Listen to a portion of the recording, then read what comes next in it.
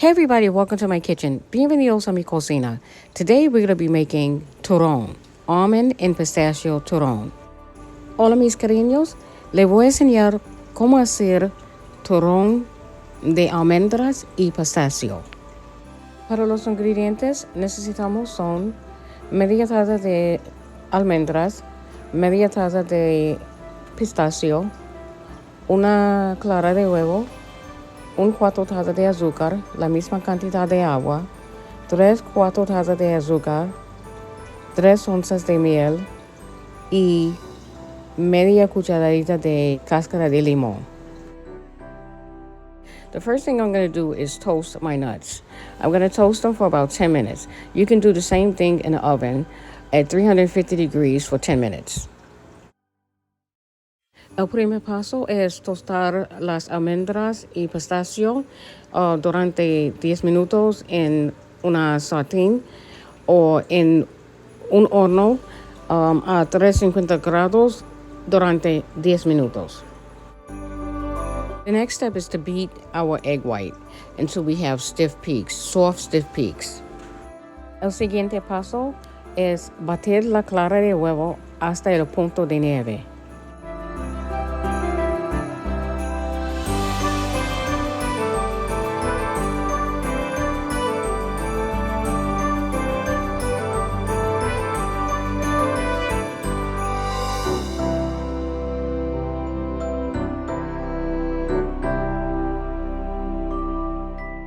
For this next step, I'm going to be making the caramel sauce, and you're going to need a candy thermometer for this. It's really crucial for this part. So I'm adding in the water, the sugar, and the honey.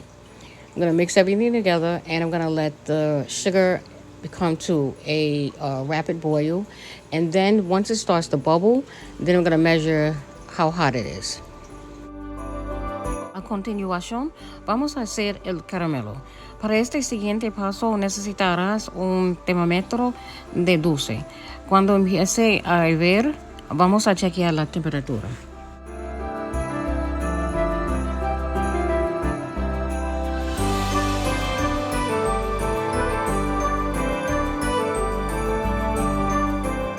Next, I'm going to be adding in the grated lemon.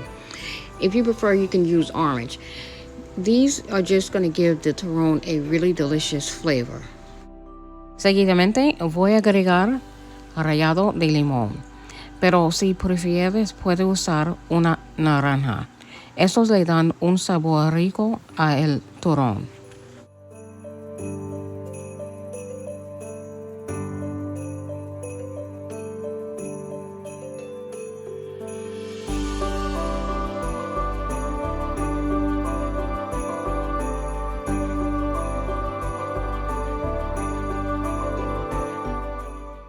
Our caramel has reached 300 degrees, so it's at the right temperature. You want your caramel to be anywhere between 275 to 300 degrees. I'm also doing a water test to see if it turns to a hard ball, and that's another way that you can check, and it has turned to a hard ball. So we're going to move on to our meringue. Nuestro caramelo debe estar entre 275 a 300 grados. Si es menos que eso, el turrón será demasiado suave. Now we're ready to pour in the syrup. We're going to pour in the syrup at a steady stream without stopping. Ahora agrega el almíbar caliente en forma de hielo sin dejar de batir.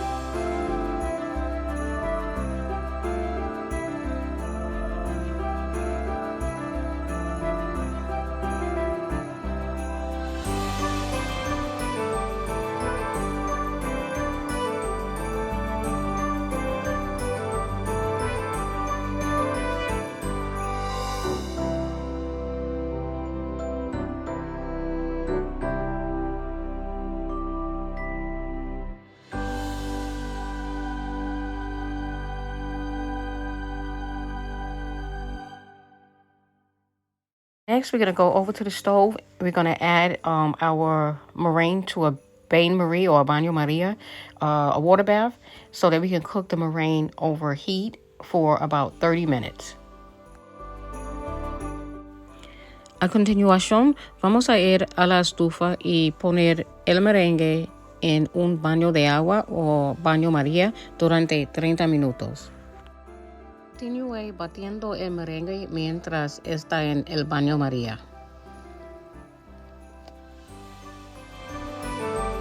While your meringue is on the stove and in the water bath, you want to continue beating it.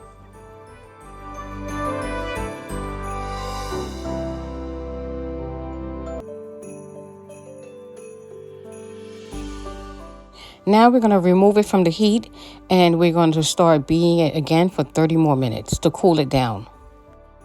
Retíralo de fuego y continúa batiéndolo durante 30 minutos más para que se enfríe.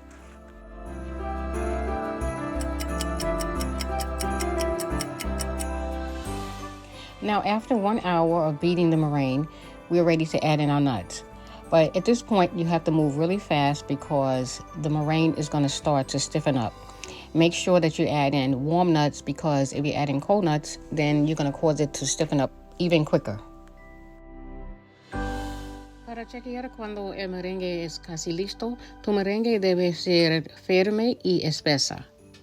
Después de 1 hora de batir la masa, agrega las nueces. Calienta las nueces antes de añadir en el merengue, porque si se añaden frías, harán que el merengue sea demasiado grueso.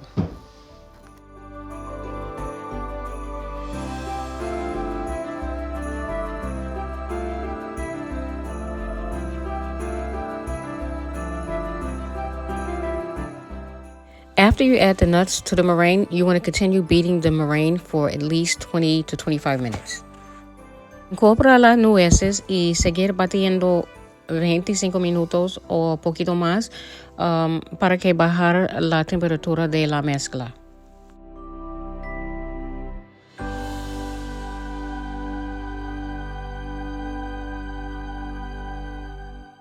And now we're going to pour the batter into a baking dish lined with parchment paper. And I added a little oil to help it prevent it from sticking. Por último, vertir esta mezcla sobre una bandeja con papel encerado con un poquito de aceite.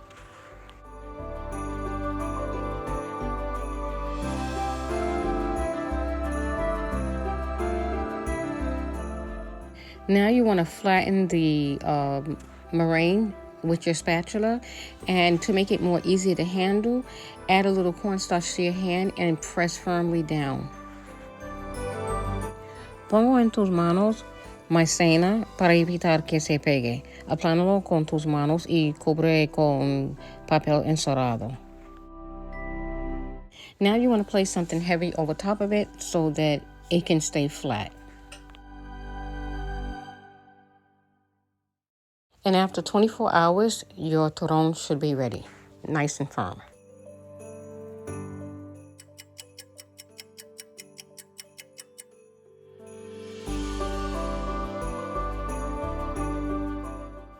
And now my turron is ready, it's nice and firm and ready to be cut.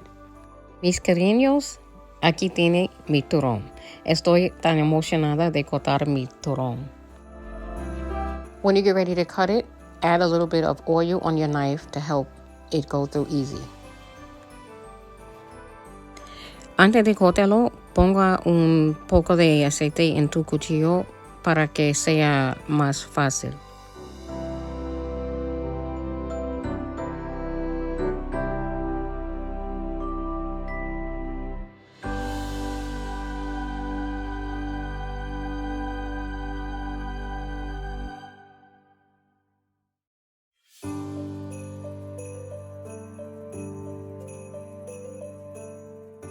Out is making this was really difficult. I'm gonna be honest with you. I saw so many videos online and everybody had a different way of making it.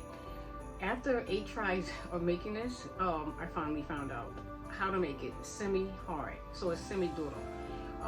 the way I like it.